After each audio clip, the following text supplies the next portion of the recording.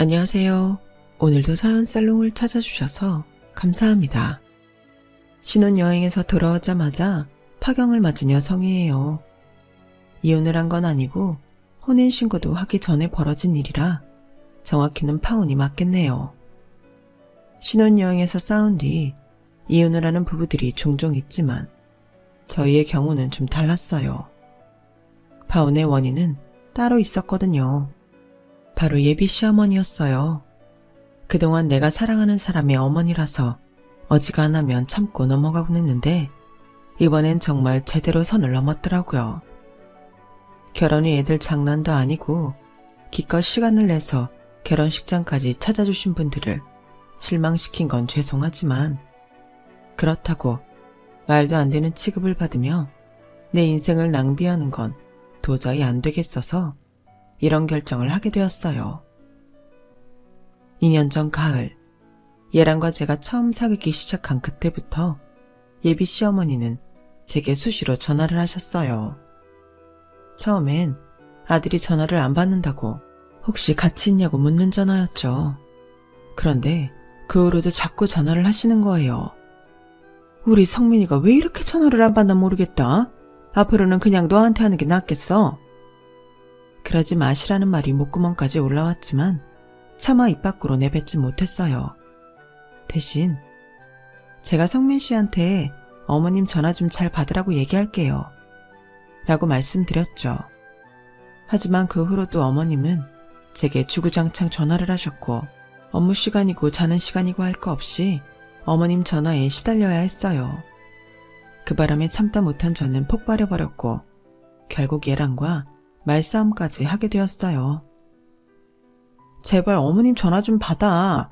자기가 안 받으니까 자꾸 나한테 하시잖아. 귀찮으니까 그러지.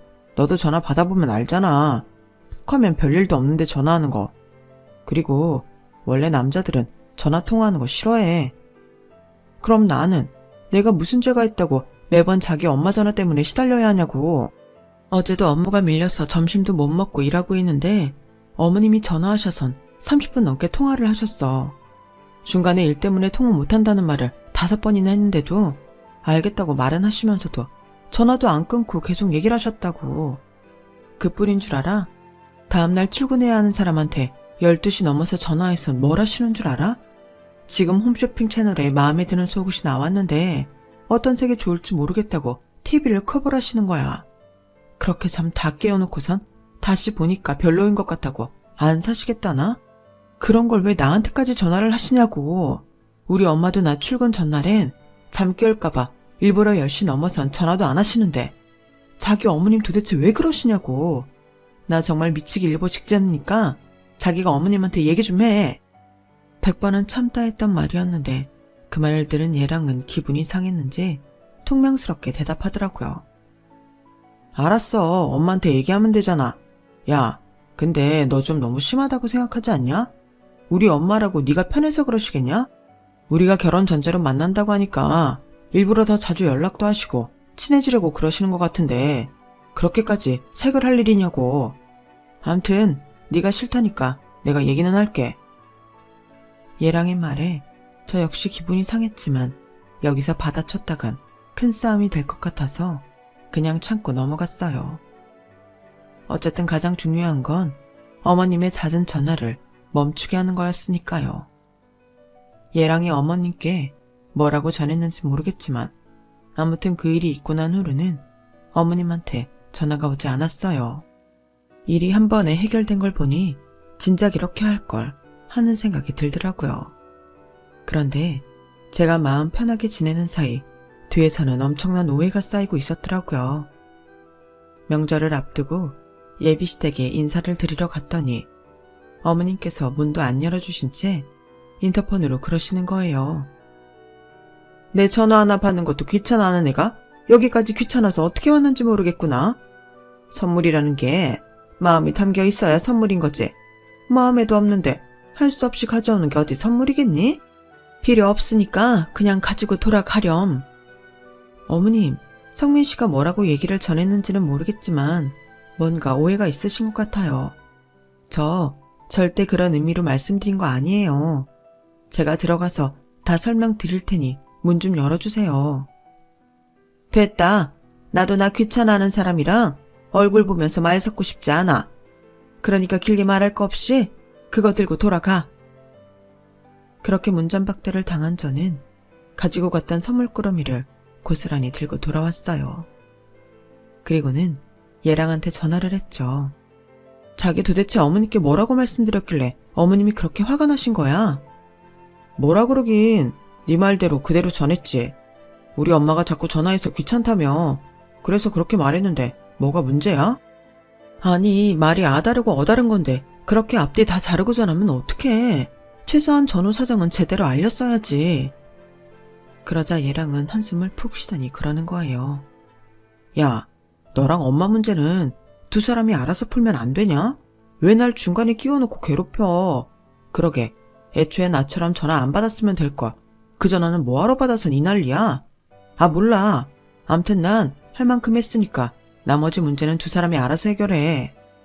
자기 진짜 웃긴다. 이게 다 누구 때문인데 어머님이 왜 나한테 전화를 걸기 시작했는지 기억 안 나?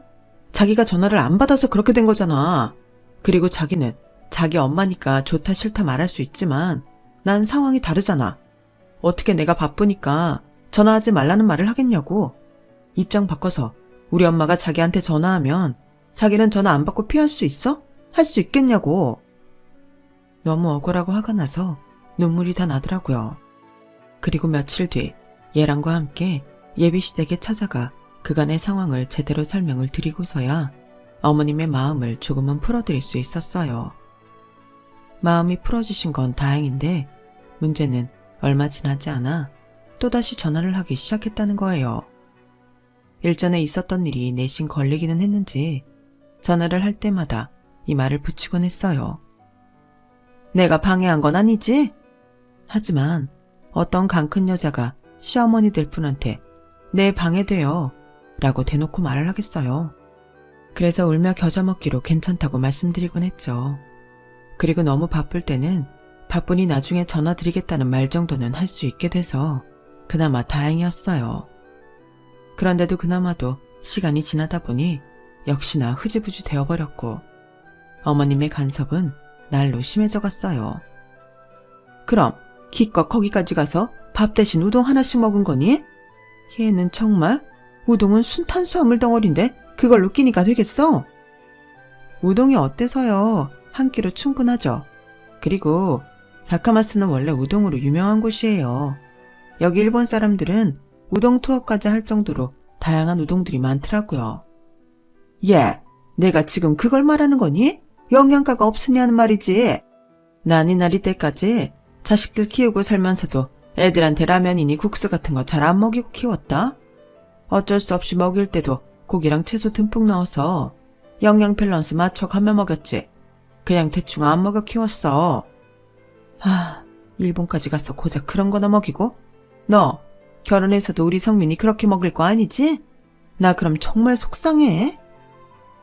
얘랑가 떠난 2박 3일 일본 여행 동안 어머님은 총 12번의 전화와 33번의 톡을 보내셨어요. 거기다 이동 장소마다 사진을 찍어 보내라고 하셔서 얘랑과 저는 인증사진을 찍느라 바빴어요. 밥을 먹을 때도 어머님한테 한 소리 들을까봐 영양분 따져가며 이것저것 시키다 보니 식비로 엄청 깨지고 말이죠. 우리 둘이 여행을 온 건지 어머님을 모시고 셋이서 온 건지 분간이 안 갈 정도였어요. 그러자 여행에서 돌아오자마자 얘랑이 자기 엄마한테 한 소리 하더군요. 엄마, 우리가 엄마 아바타야? 왜 우리 여행에 엄마가 이거 해라 저거 해라 참견을 하는 건데? 난 아주 엄마가 여행에 따라왔는 줄 알았어. 엄마한테 보내는 사진 찍느라 정작 우리는 제대로 구경도 못했다고. 이럴 거면 차라리 다음부턴 엄마랑 얘랑 둘이 가. 둘이 가서 전화통화하고 문자하고 할 거 없이 다이렉트로 소통하라고. 아들도 참, 내가 달래 그러니? 니들이 안심이 안 돼서 그러지. 엄마 눈에는 우리 아들이랑 예비 며느리가 물가에 내놓은 어린애 같단 말이야. 엄마가 걱정이 돼서 그러는 거 가지고 이렇게 따지면 엄마 서운해? 아 몰라. 암튼 난 이런 식으로는 여행 못 다니니까 앞으로 나 여행 갈 때 연락하지 마. 나는 자기 만나고 지금까지 매일 당하고 사는데 자기는 고작 2박 3일을 못 버텨서 난리더라고요. 그러면서 나한테 뭐라고요? 어머님이 저랑 친해지고 싶어서 노력하는 거니까 이해하라고요? 웃기지도 않는 소리였죠. 그렇게 2년간 연애를 하는 동안 저는 얘랑과 통화를 하는 것보다도 예비 시어머니와 더 많은 통화를 했던 것 같아요. 정작 저희 엄마와도 그렇게는 통화를 안 하는데 말이죠. 누가 보면 제가 어머님 딸이라고 해도 믿을 정도로 전화도 문자도 자주 하는 가까운 사이가 됐지만 그래도 시어머니는 시어머니더라고요. 본격적으로 결혼식 얘기가 나오기 시작한 순간부터 한국형 시어머니의 특성을 그대로 보여주셨어요. 그날도 어김없이 출근길에 어머님한테 온 전화를 받았어요. 야, 그러고 보니 내가 깜빡하고 있었지 뭐니? 내일 모레가 아버님 제사더라고. 요즘 내 정신이 이렇다. 돌아서면 잊어버리고 돌아서면 까먹고 그런다니까.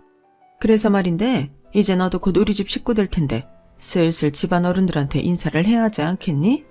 따로 자리 마련하면 번거로우니까 이번 제사 때 와서 얼굴 도장 찍어.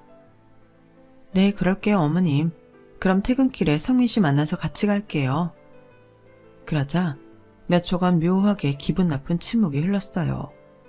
그리고는 정원아, 내가 이렇게까지 말을 꺼냈을 때는 널 제사에 초대한다는 얘기가 아닐 거라는 거 모르겠니? 아니면 일부러 그러는 거야? 네? 그게 무슨 말씀이세요?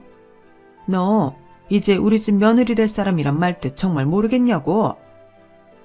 그때까지만 해도 저는 어머님이 무슨 말씀을 하시는지 감을 못 잡았어요. 그도 그럴 것이 저희 집은 제사를 안 지내거든요. 제사를 지내려면 뭘 해야 하겠니? 제사 음식을 해야 할 거 아니냐? 넌 딴 때는 똑똑한 척 다 하면서 이럴 때 매번 모르는 척 하더라. 암튼 모레 아침 10시까지 집으로 와라. 같이 장 보고 재료 손질해서 6시 전까지는 음식 끝내놔야 하니까. 손님도 오시는데 집안 청소도 해야 하고 할 일이 천지다.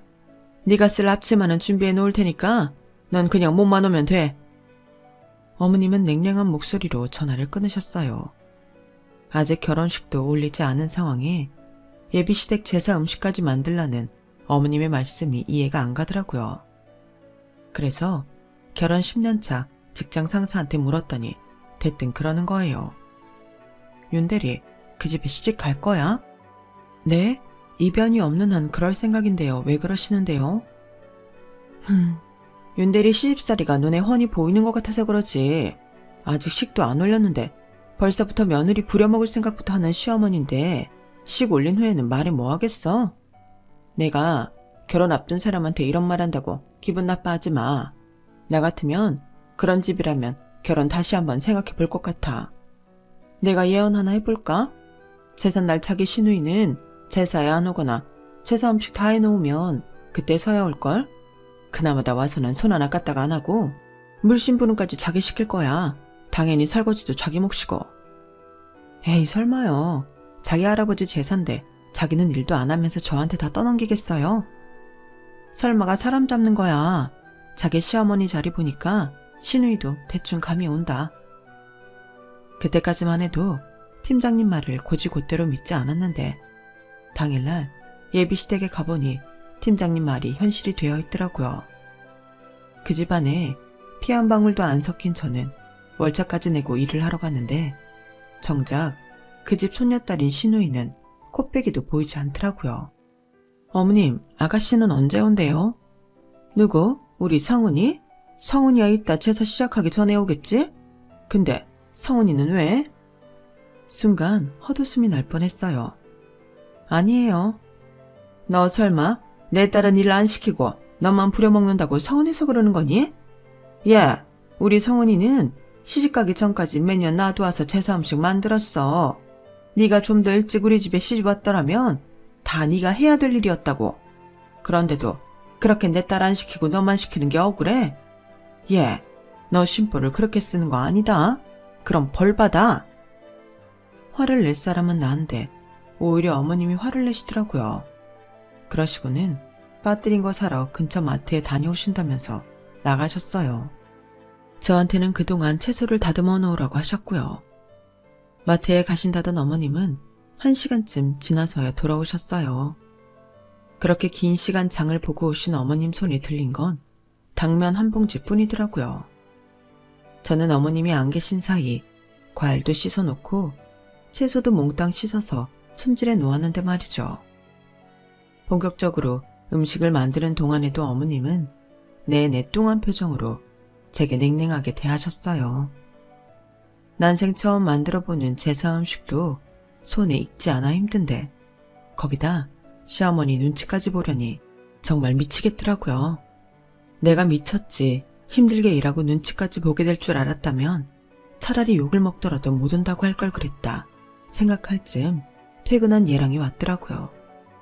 저랑 있을 때는 얼굴을 잔뜩 굳히고 계시던 어머님은 언제 그랬냐는 듯 해사한 얼굴로 아들을 맞았어요. 아들 왔어? 엄마가 아들 좋아하는 고추전도 따로 부쳐놨으니까 얼른 손 씻고 와. 그런데 예랑이 대답도 않고 두리번거리며 뭔가를 찾아댔어요. 엄마, 성훈이는? 성훈이? 이따 박서방이랑 같이 올 거야. 근데 성훈이는 왜 찾아? 그러자 예랑이 인상을 팍 쓰며 성질을 냈어요. 왜긴 제삿날인데 회사도 안 다니는 기집애가 일찍 와서 음식을 해야지. 지가 왜 밤늦게 와? 일찍 오면 뭐해? 일손이 없는 것도 아닌데. 나랑 정원이 둘이서 하면 충분해. 벌써 음식 다 끝내고 이제 막 쉬려던 참인걸. 엄마, 나 정원이 결혼 전부터 우리 집 일 하라고 결혼하자고 한 거 아니야. 엄마는 지금 이 상황이 아무렇지 않은 것 같은데 난 정말 이상해. 왜 우리 할아버지 제사에 할아버지 얼굴 한번 본 적 없는 정원이가 음식을 해야 돼?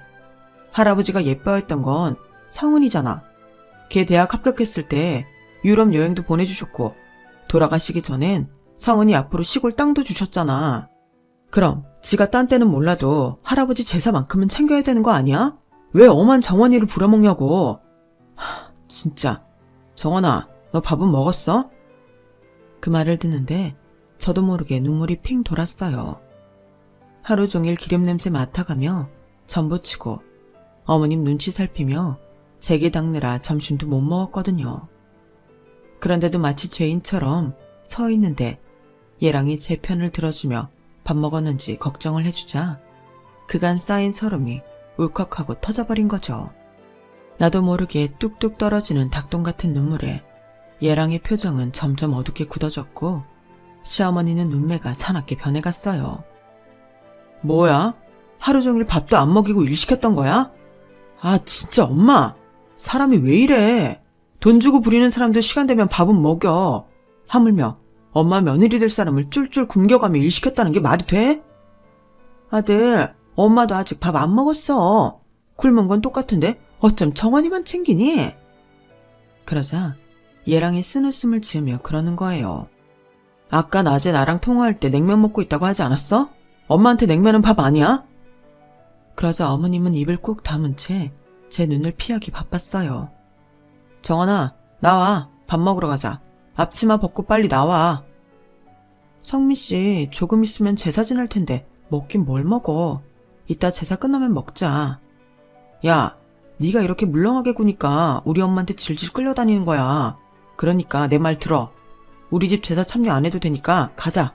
밥 먹고 내가 집에 데려다 줄게. 얘랑은 독이 잔뜩 오른 표정으로 말했어요. 그런데 이게 정말 맞는 방법인가 싶더라고요. 그렇잖아요.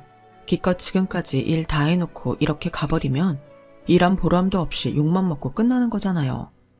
그래서 그냥은 못 가겠더라고요. 아니, 그렇게는 못해. 나 하루 종일 밥도 굶어가며 이 주방에서 제사 음식 만들었어. 그런데 결과도 없이 그냥 가라고? 적어도 힘들게 만든 음식 제사상에 올려서 할아버님께 인사드리고 갈 거야. 손주 며느리가 만든 음식 맛있게 드셔달라고 할 거라고. 그거 보기 전에는 못 가. 제 말에 예랑이 한마디 하려는데 그때 현관 번호키 누르는 소리가 들렸어요. 그리고는 아버님과 작은 아버님 내외와 고모님들이 들어오셨어요. 다들 저를 보시고는 결혼 전인데도 기특하게 제사 음식 만들러 왔다고 칭찬을 해주시더라고요. 그제야 예랑도 더는 나가자는 말을 않고 입을 다물었어요. 비록 그날 일로 몸도 힘들고 어머님께 서운한 감정도 많았지만 아버님과 집안 어른들께 점수를 딸 수 있었어요. 저를 생각해주는 얘랑의 마음도 확인할 수 있었고요. 그리고 제사가 끝나고 며칠 뒤 어머님이 회사 근처로 찾아와 명품 쇼핑백을 건네시더라고요. 안에는 고가의 스카프가 들어있었어요. 예, 그날은 내가 미안했어. 시집와서 이날 이때까지 매번 나 혼자 제사 음식하는 게 화가 나서 괜히 너한테 화풀이를 했던 것 같아. 그러면 안 되는 거였는데 앞으로는 내가 안 그러마. 솔직히 예비 시어머니 사과에 화가 싹 가시지는 않았지만 든든한 내 편인 얘랑도 있겠다. 저를 예뻐해 주시는 아버님과 시부모님들도 있으니 시어머님 한 사람쯤은 내 편이 아니어도 상관없을 것 같았어요. 그래서 쿨하게 잊어주기로 했죠. 잠시 삐걱이기는 했지만 어머님과도 잘 풀렸고 다시 예전처럼 웃는 얼굴로 보게 되었어요. 하지만 웃는 얼굴로 마주한다고 해서 서로 뜻이 통하는 건 아니었던 모양이에요. 상견례를 마치고 본격적으로 결혼 준비에 들어가자 어머님이 완전 다른 사람처럼 변해버렸거든요. 얘랑과 사귀기 시작할 때부터 저희 집 사정을 다 말씀드렸었는데도 막상 혼수며 예단 얘기가 나오자 생판 모르는 남보다 더 심하게 엄청난 요구를 하셨어요.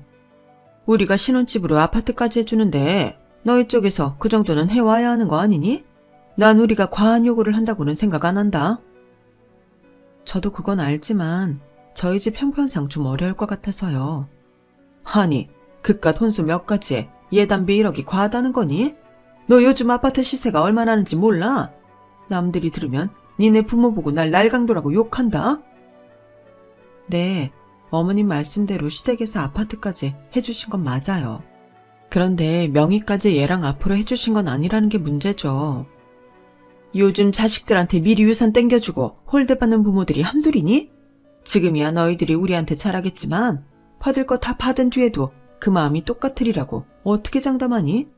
그러니 아파트 명의는 우리 부부 죽을 때 그때 성민이 앞으로 해주마. 대신 중간에 니들 하는 게 마음에 안 들면 우리도 아파트 못 주니까 알아서더라고. 아, 그래서 말인데 니들 결혼하게 되면 이건 꼭 지켜줬으면 좋겠구나. 전화는 매일 한 번 이상 하고 일주일에 한 번씩은 본가에 와서 하룻밤 자고 가라. 자식이 있으면 뭐하니?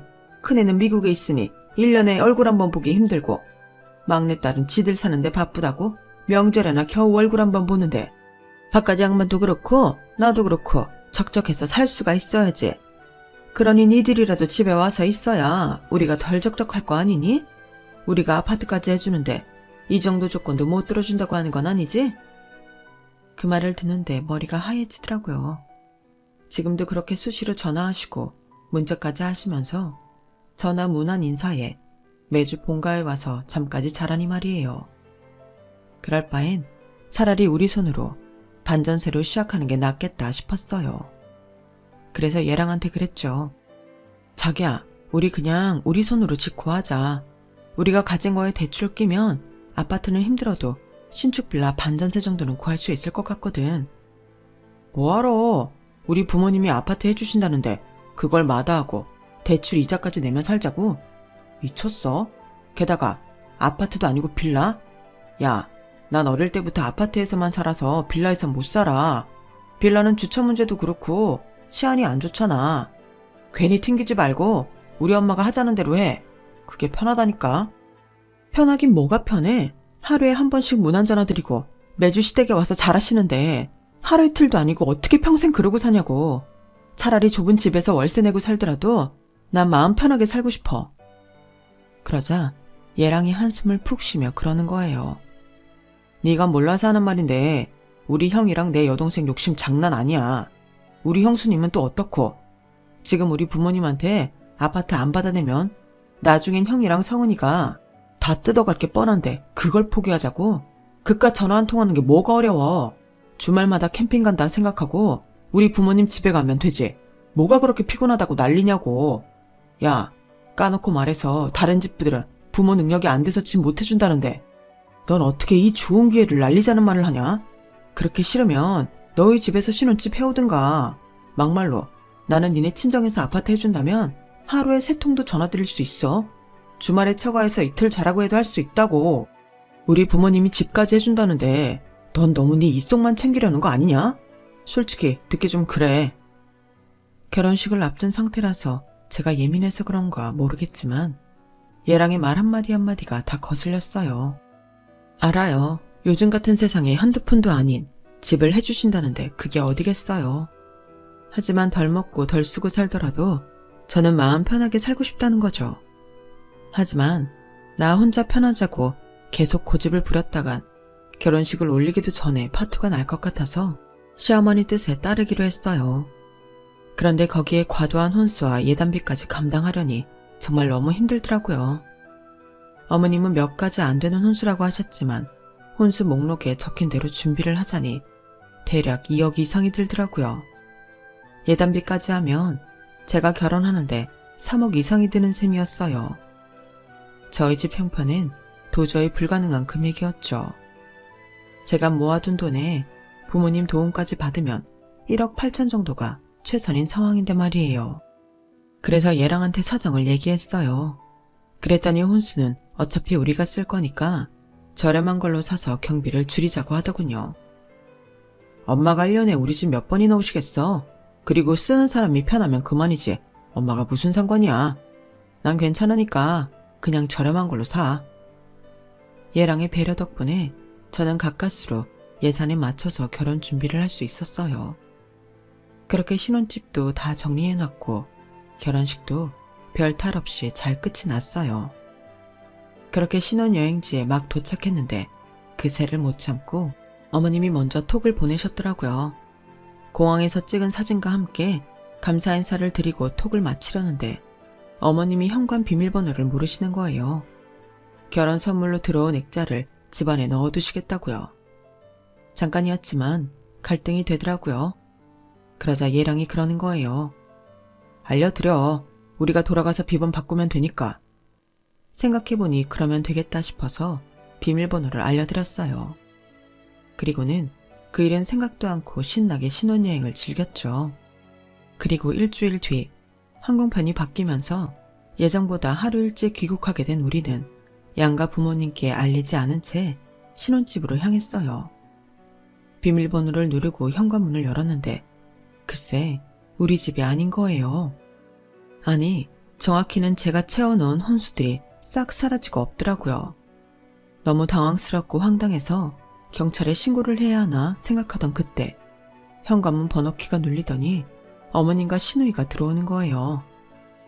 엄마, 오늘 판 냉장고는 제가 받은 거 같지? 세탁기랑 TV는 너무 싸게 판 것 같다. 그 외의 건 적당했던 것 같은데? 이제 식기세척기 하나 남았나? 내일 오빠랑 올케 오기 전에 팔려야 되는데 걱정이네.